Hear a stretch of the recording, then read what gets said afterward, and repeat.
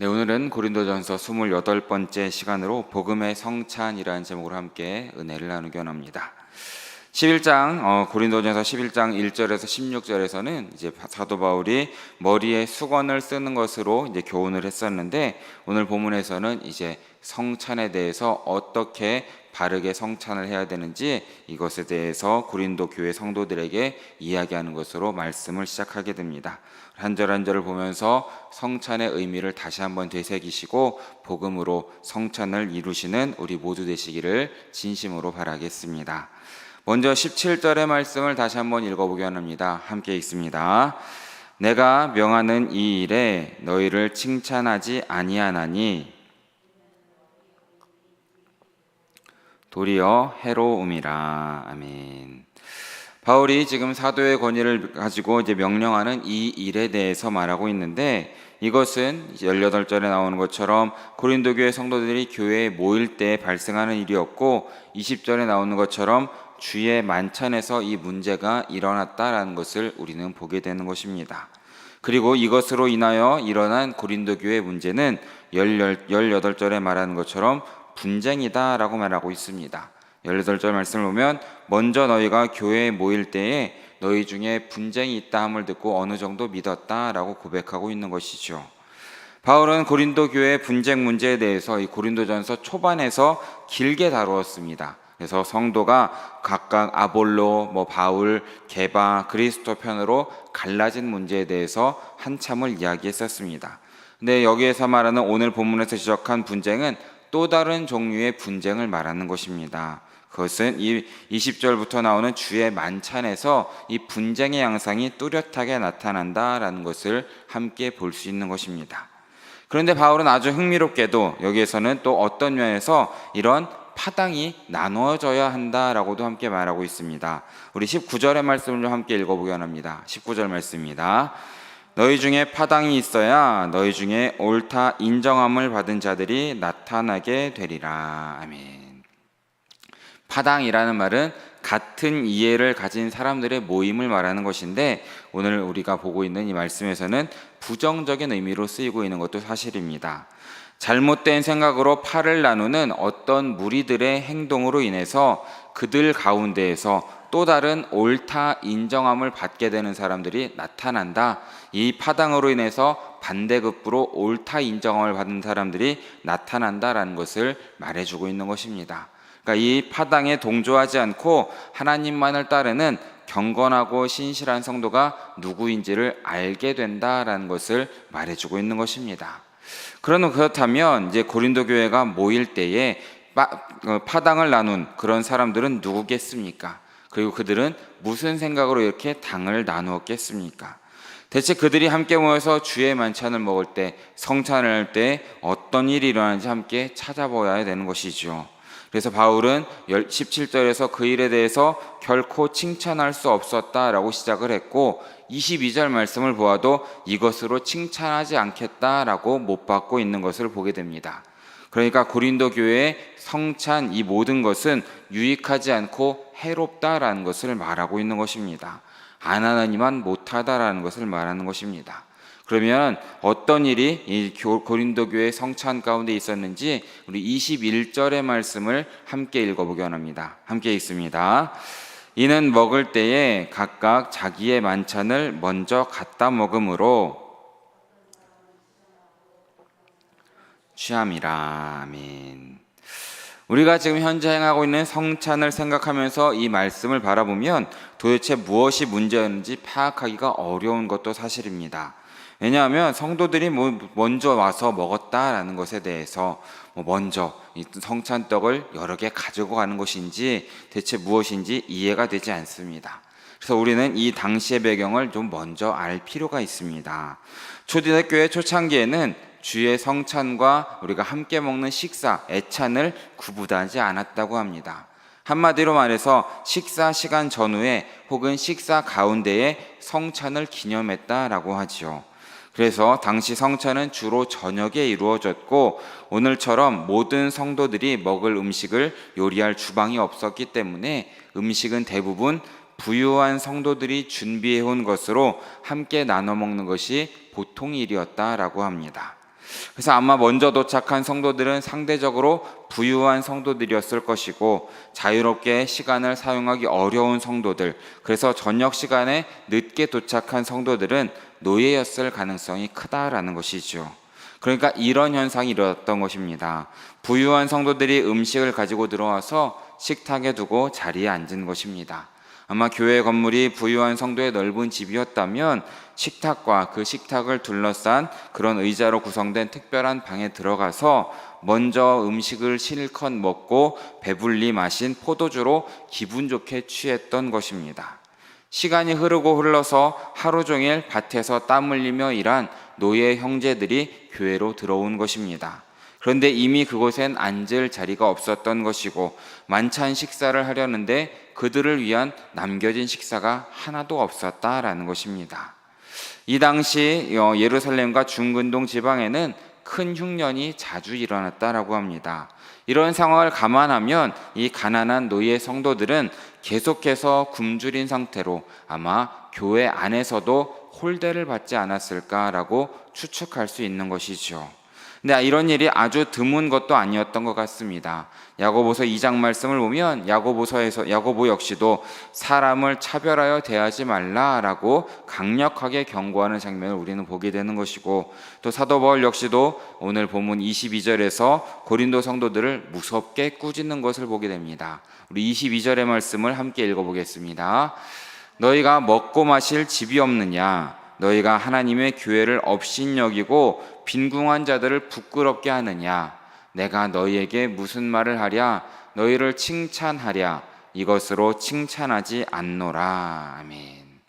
교회에 먹고 마시러 왔냐라고 꾸짖고 있는 것입니다. 근데 먹고 마시는 것이 문제가 아니겠지요. 먹고 마심으로써 자신들만 배불리 먹고 다른 성도들을 차별하는 일을 했기 때문에 이것에 대해서 꾸짖는다라는 것입니다. 이들의 행위는 빈궁한 성도들에게 수치심을 주는 일뿐만 아니라 하나님의 교회까지도 업신여기는 일을 했다라는 것을 말하고 있는 것입니다. 사도 바울이 고린도 교회를 세우고 나서 몇 년 동안 그들은 식사와 더불어 이 성찬을 계속해서 반복해서 시행했던 것 같습니다. 근데 예식에 대해서 그 의미를 제대로 깨닫지 못하고 계속해서 반복하다 보니 그 의미를 그들은 까먹었다라는 것입니다. 그래서 그들에게 이 성찬의 시간은 그저 식사 시간 가운데 있는 하나의 그런 시간이 되었다라는 것이죠. 그래서 바울은 그들에게 이 주의 성찬의 의미를 다시금 설명해 줄 필요가 있다라고 생각했던 것 같습니다. 그래서 이 성찬의 기원에 대해서 23절에서 26절 이 4절의 말씀을 통해서 말해주고 있습니다. 이 4절의 말씀을 함께 읽어보게 합니다. 함께 읽습니다. 내가 너희에게 전한 것은 주께 받은 것이니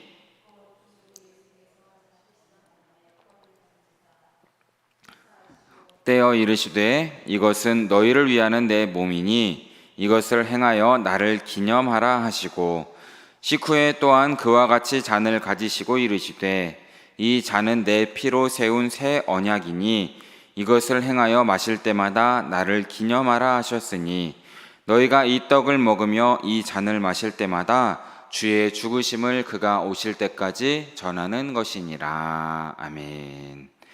먼저 바울은 23절에서 주의 만찬, 이 성찬은 자신이 만들어낸 예식이 아니다라는 것을 분명하게 말하고 있습니다. 무엇입니까? 주님께서 받은 것이다. 주님께 받은 것, 바로 주님께서 시작하신 것이다 라는 것을 말해주고 있는 것이죠. 이것은 주님께서 잡히시던 날 밤에 이루어진 것이다 라는 것도 함께 말하고 있습니다. 그래서 죄인을 대신해서 피를 흘려 죽으실 예수님을 상징하는 것으로 떡과 잔을 사용했다라는 것입니다. 이 예식은 눈으로 보고 귀로 듣고 손으로 만지고 입으로 먹는 이 오감을 통해 한 가지 중요한 의미를 기억하는 예식이었다라는 것이죠. 예수님께서는 떡을 떼어서 나눠주시는 것을 성도들은 눈으로 보는 것이고, 잔도 마찬가지로 그들에게 건네주신 것을 보게 되는 것입니다. 또한 그 떡과 잔을 손으로 받는 것이고 입으로 먹고 마시고 향기를 코로 맡게 되는 것이죠. 그리고 귀로 예수님께서 설명해 주시는 의미를 전해 듣는 것입니다. 이 예수님께서 말씀하신 모든 메시지를 오감으로 경험하는 것이 성찬의 목적이다라는 것입니다.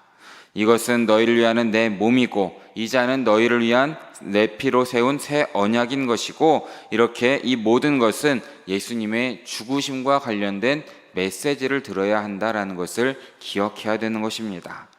한 떡이 여러 조각으로 찢겨 나가는 것처럼 예수님께서도 그들을 위해 찢겨 죽임을 당하셨다라는 것도 우리는 마음에 새겨야 되는 것입니다. 또한 예수님께서는 떡과 잔을 나눌 때에도 이렇게 말씀하십니다. 이것을 행하여 나를 기념하라. 마실 때마다 나를 기념하라 라고 말씀하셨습니다. 무엇을 기념하라는 것입니까? 바로 예수님을 기념하라는 것이지요. 더 정확하게 말하면 예수님께서 하나님과 원수되었던 우리 사이에 영원한 화목을 가져오기 위해 피를 흘리며 돌아가셨다라는 이 사실을 기억하고 기념해야 한다라는 것입니다. 마지막 6월절 저녁 식사이자 최초의 성찬은 바로 이런 배경에서 행해졌다라는 것입니다. 주님께서 잡히시던 밤 자신의 몸으로 친히 제자들을 위해서 행하실 일을 떡과 잔을 통해 설명하셨고, 예수님은 말씀대로 그들을 구원하기 위해서 하나님의 어린 양으로 십자가 위에서 찢기고 피를 흘려 돌아가셨다라는 것입니다. 예수님의 죽으심은 하나님과 교회의 연합인 것이고, 또한 그리스도의 한 몸과 한 피로 거듭난 모든 성도의 연합을 가져오는 놀라운 하나님의 구원의 역사라는 것입니다. 그러기에 이 주의 만찬, 이 성찬은 바로 이런 아름다운 하나님과의 연합, 또 성도들과의 연합, 이 모든 것을 이루신 예수님을 기억하면서 예수님께 영광을 돌리는 시간이다라는 것을 우리는 기억해야 되는 것입니다. 그런데 고린도 교회가 행하는 주의 만찬에는 연합이 없었다라는 것입니다. 파가 나누어졌다라는 것이죠. 그래서 분쟁이 일어났다라는 것입니다. 이들은 주의 만찬에 대한, 성찬에 대한 지식이 없었던 것도 아닙니다. 그들은 주의 죽으심에 대한 감사가 부족했던 것도 아닙니다. 문제가 무엇입니까? 그들이 행하는 그 모든 예식이 성찬이 강조한 연합의 원리에서 완전히 어긋나 있었다라는 것에 있었다는 것입니다. 그래서 26절에서 사도 바울이 다시 한번 강조해서 말하는 것처럼 이 떡을 먹고 이 잔을 마실 때마다 주의 죽으심을 그가 오실 때까지 전하는 것이 바로 성찬이다라는 것입니다. 그런데 고린도 교회 성도들은 이 성찬이 전하고 있는 메시지, 주의 죽으심과 그 죽으심이 가져온 아름다운 연합의 메시지와 정반대의 행동을 하고 있었다라는 것을 우리는 바라보아야 되는 것입니다. 계급별로 귀천에 따라서 성도를 차별했던 것이고, 끼리끼리 모여서 누구는 배부르고 누구는 굶주리는 방식으로 성찬을 행하는 것은 단지 기분 나쁘고 감정이 상하는 그런 문제가 아니었다라는 것입니다. 바로 성찬의 핵심을 어긋나는 그런 잘못된 행동이었다라는 것을 사도 바울은 꼬집어서 이야기하고 있다라는 것입니다. 이어지는 27절에서 29절 말씀에서도 다시 한번 이 모든 것에 대해서 제재를 하고 있습니다. 우리 함께 27절, 29절 세 절의 말씀을 함께 읽어보기 원합니다. 함께 읽습니다. 그러므로 누구든지 주의 떡이나 잔을 합당하지 않게 먹고 마시는 자의 주의 몸과 피에 대하여 죄를 짓는 것이니라. 사람이 자기를 살피고 그 후에야 이 떡을 먹고 이 잔을 마실지니 자신의 죄를 먹고 마시는 것이니라. 아멘. 그래서 이 말씀을 보면 이 성찬에 참여할 때 우리는 어느 정도 두려움을 느끼면서 참여해야 한다라는 것을 깨닫게 됩니다. 합당하지 않게 먹고 마시는 것, 분별하지 못하고 먹고 마시는 것에 대해서 주의 몸과 피에 대해서 죄를 짓는 것이고 자신의 죄를 먹고 마시는 것이다 라고 말하고 있기 때문입니다. 그럼 무엇이 합당하지 않은 것이고 분별하지 못한 것이겠습니까? 어떻게 먹고 마시면 예수님의 몸과 피를 업신여기는 죄를 범하는 죄를 그런 짓는 것이겠습니까? 그것은 계속해서 사도 바울이 강조하고 있는 것처럼 성도가 연합하지 않는 것임을 기억하시기 바랍니다. 한 떡과 한 잔에 참여하는 형제 자매가 서로 분쟁하여 예수님의 이뤄낸 그 연합을 역행하는 그런 모든 죄를 돌이켜 보아야 한다라는 것입니다. 그래서 28절에서도 사람이 자기를 살펴야 한다라는 것을 말하는 것입니다. 예수님께서 오실 때까지 떡을 먹으며 잔을 마시며 우리가 전파하는 복음에 역행하는 일을 하고 있지는 않은지 스스로 한번 살펴보아야 한다라는 것을 말하고 있는 것입니다. 그래서 하나님께서도 직접 손을 들어 고린도 교회를 판단하고 징계하실 수도 있다라는 경고를 하고 있습니다. 우리 31절과 32절의 말씀을 함께 읽어보기 원합니다. 함께 읽습니다. 우리가 우리를 살폈으면 판단을 받지 아니하려니와 우리가 판단을 받는 것은 주께 징계를 받는 것이니 이는 우리로 세상과 함께 정죄함을 받지 않게 하려 하심이라. 아멘. 여기서 우리는 한 가지 또 주목할 것이 있죠. 징계의 목적이 무엇입니까? 그것은 그들이 세상과 함께 정죄함을 받지 않게 하려고 너희에게 먼저 징계를 내리신다라는 것을 말하고 있습니다. 그러니까 하나님은 그들 중 몇 사람을 이렇게 쳐내고 죽이심으로써 교회를 세상과 다른 거룩한 공동체로 깨끗하게 만드실 것이다 라는 것을 말씀하고 계십니다. 교회가 세상과 같지 않다라는 것을 보여준다라는 것이죠. 세상으로부터, 물론 세상 가운데 있는 교회지만 세상으로부터 교회를 거룩하게 만드셔서 그들의 이런 모습을 지켜내기 원하셨다라는 것입니다. 이것이 은혜라는 것입니다.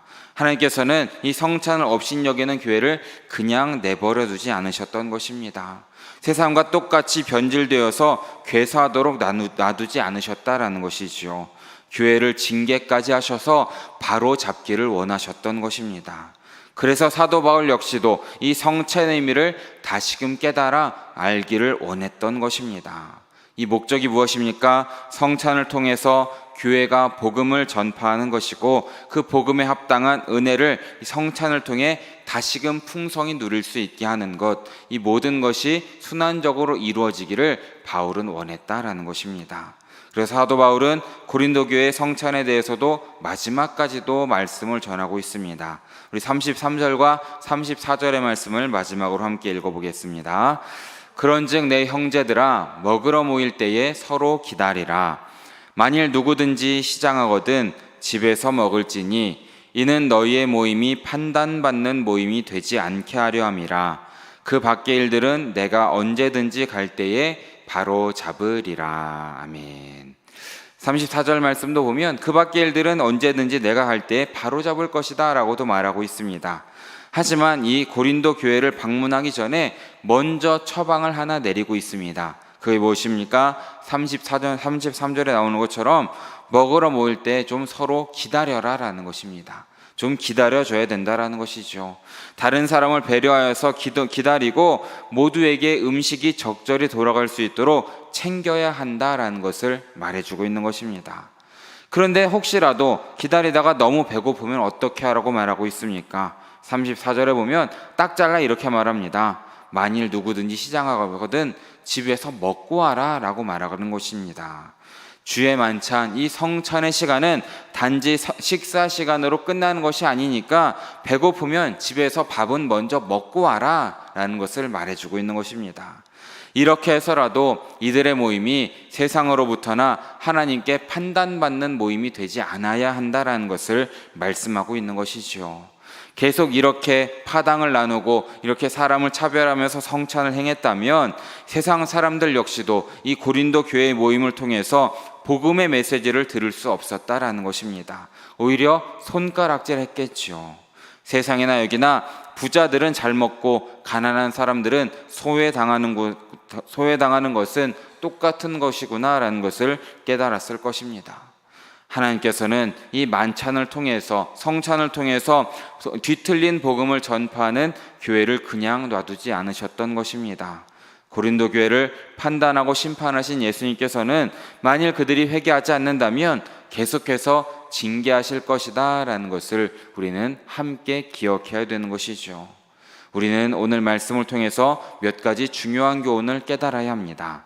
그래서 먼저 하나님께서는 교회가 이 성찬을 통해 복음을 오감으로 경험하길 원하신다라는 것을 깨달으셔야 됩니다.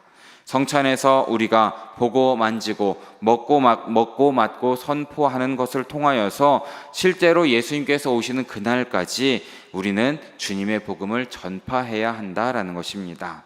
그것이 성찬을 통해 교회가 누리는 은혜라는 것입니다. 우리가 성찬을 통해 복음을 먼저 오감으로 경험하고 그 우리의 행위야말로 복음을 전파할 수 있어야 되는 것입니다. 서로에게 먼저 전파하고 밖에 있는 많은 믿지 않는 사람들에게도 복음을 전파해야 되는 것이죠. 이것을 통해서 우리가 다시금 하나님의 은혜를 누리게 된다는 것을 믿으시길 진심으로 바라겠습니다. 또한 우리가 기억해야 될 것은 이 떡과 잔을 먹고 마시는 실제 우리의 삶과 이 모든 행위로 증언하는 복음이 혹시라도 불협화음을 내고 있지 않은지도 함께 돌아볼 수 있어야 되는 것입니다. 특별히 다른 성도와 등을 지고 있거나 불편한 관계나 심지어 원수로 지내면서 떡과 잔을 먹고 마시며 복음을 선포하는 그런 일을 행하지 않도록 우리는 늘 깨어 기도하고 주의할 수 있어야 된다라는 것입니다. 28절에서 말하는 것처럼 성찬에 참여할 때에 자신을 살피고 참여하시는 우리 모두 되시기를 진심으로 바랍니다. 다시 말해서 우리는 모든 것을 바로잡고 우리 모든 영일의 성도들과 함께 합당하게 연합을 만들고 화목을 만들면서 참여하시는 우리 모두 되시길 진심으로 바랍니다. 그러므로 교회 전체 유익을 위해서 교회 연합과 복음의 선포, 그리스도의 영광을 위한 순수한 동기로 함께 무장하시는 우리 모두 되시길 진심으로 바랍니다. 그러므로 우리가 매달 2번씩 드리는 이 성찬 예식을 통하여서 복음을 먼저 깨달으시고 그 복음을 선포하시고 은혜를 누리는 귀한 방편으로 하나님과 동행하시고 우리 모두가 사랑으로 연합함으로 하나님 마음에 합한 자로 살아가시는 우리 영일의 모든 성도님들 되시기를 진심으로 바라고 축원합니다.